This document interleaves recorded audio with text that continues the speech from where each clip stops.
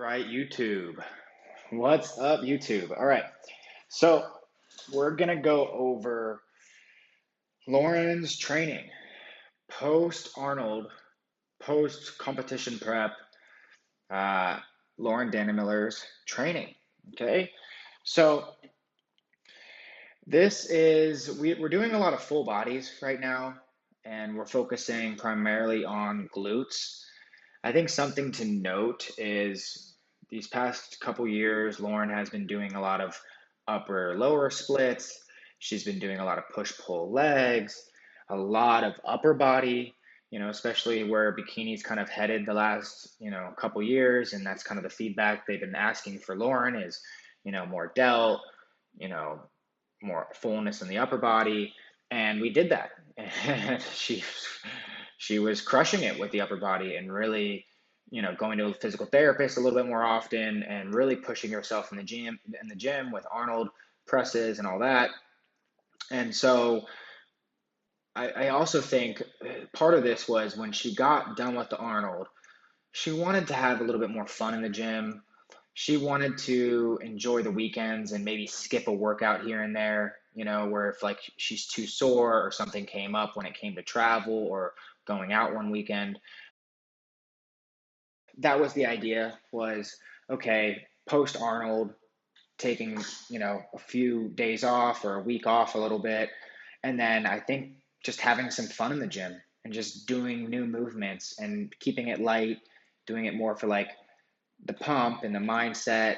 And it wasn't so focused on, right, bodybuilding prep and like growing the upper body fullness and just as serious. It's nice to take a little bit of a break, especially at this level if you think about Lauren's career.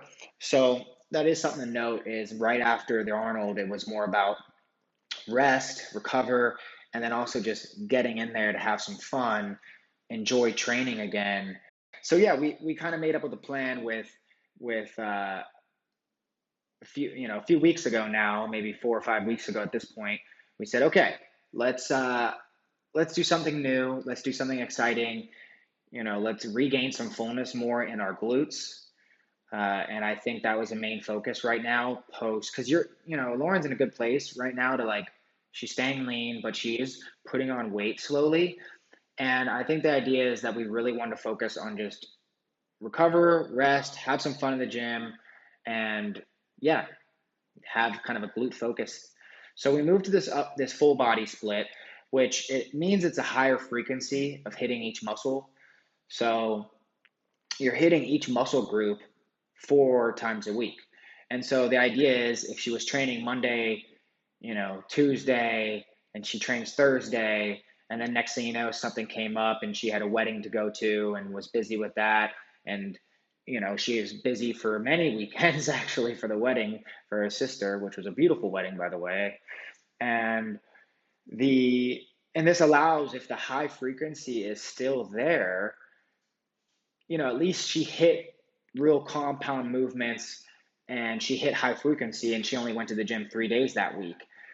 And it wasn't like if she was doing a push-pull legs, she would have only hit legs once that week. So it was kind of more for the convenience factor of Lauren's, lifestyle of all those things I just mentioned, rest, recovery, making it fun again, doing something different. But also within the lifestyle of like the weekends and stuff like that. So again, she's still training 4 days a week, here and there, but she just had a lot of responsibility with the wedding. And just, it's nice to have that higher frequency. So even at times, what we've been doing is with this full body, it is a lot of glute focused. Obviously, there's a lot of compound movements. She's doing power squat or leg press. She's been kind of finding out also what she wants to do.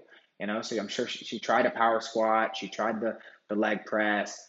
She, went back to the pendulum squat. And she's kind of figuring out what her main compound movement will be for her main squat movement because that's always been an issue.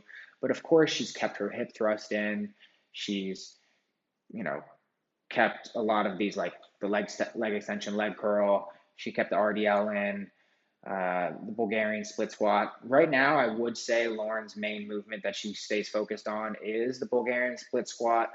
is the RDL, is the hip thrust or some type of glute drive machine. And again, she's been kind of just working out the kinks within finding that pendulum squat. And even stuff like figuring out if she feels it and likes the step up. And yeah, just having some fun in the gym, And I kind of told her if something feels off in the gym, just go home and like eat a meal and sleep. It's like you kind of have to live to lift another day if something's feeling off.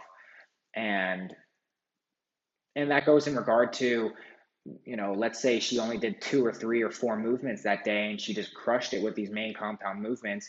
I know recently she's even been skipping a little bit of like a row here and there, or, if she was supposed to do triceps that day, she's been skipping it, but she still did some type of, shoulder press or something, which has some triceps in it. But I think that is something to note is, at this stage of her career, she kind of needed this break. And this allows us to kind of grow glutes, and she's hitting glutes 3, 4 times a week. And she's having fun in the gym again. And just like, if something's feeling off, just go home and come back another day to lift. And that's something to note people should do maybe post show after a few contest preps. She's been crushing herself the last couple years. So I think that's the main focus here is there are certain things we are doing a higher rep scheme for. So there are days where she's doing higher reps. I think on day 2 and day 4, I'm giving her higher reps. I will say the main thing is some cues some of you ladies and gents might like is within the hip thrust. She's been doing a higher rep range, like 12 to 15 reps or 15 to 20 reps, and she's just been doing the top end of the range of motion. So within that hip thrust and glute drive, again, 12 to 15 reps or 15 to 20 reps, and holding it 2 seconds at the top and just doing the short range of motion at the top. And it helps us really keep tension on the glutes. Again, I've been trying to get her to do some step ups. Maybe she'll work those back in. And then again, she's figuring out what squat movement she wants to do, and she's just doing 8 to 10 reps usually with that. Bulgarians are also kind of lower rep range, 10 to 8 reps. And I think later in the block, I have her bring it down to like 6 reps. So she might, in 5 reps on week 5 and 6. And also now we're not even deloading as much. We're deloading every like 6 weeks or so, just because she's not in prep anymore and she's eating more. And so recovery is a little bit better. And so, we don't really have to be as proactive with the deloads. And, if she wants to do some auto regulation and do a deload, she can, but she's still definitely working her lats and doing rows and, pull downs. But I am kind of telling her, even if you go in there and hit at least glutes and like a couple things for your upper body, she'll be just fine. And that it will, again, because you can't just push volume everywhere. You can't just to be specific on a certain muscle group. Like, let's say you want to grow your glutes. You can't also still be doing 10 sets of rows every time you go in the gym, right? You're not going to be able to recover. And then that takes recovery away from your glutes.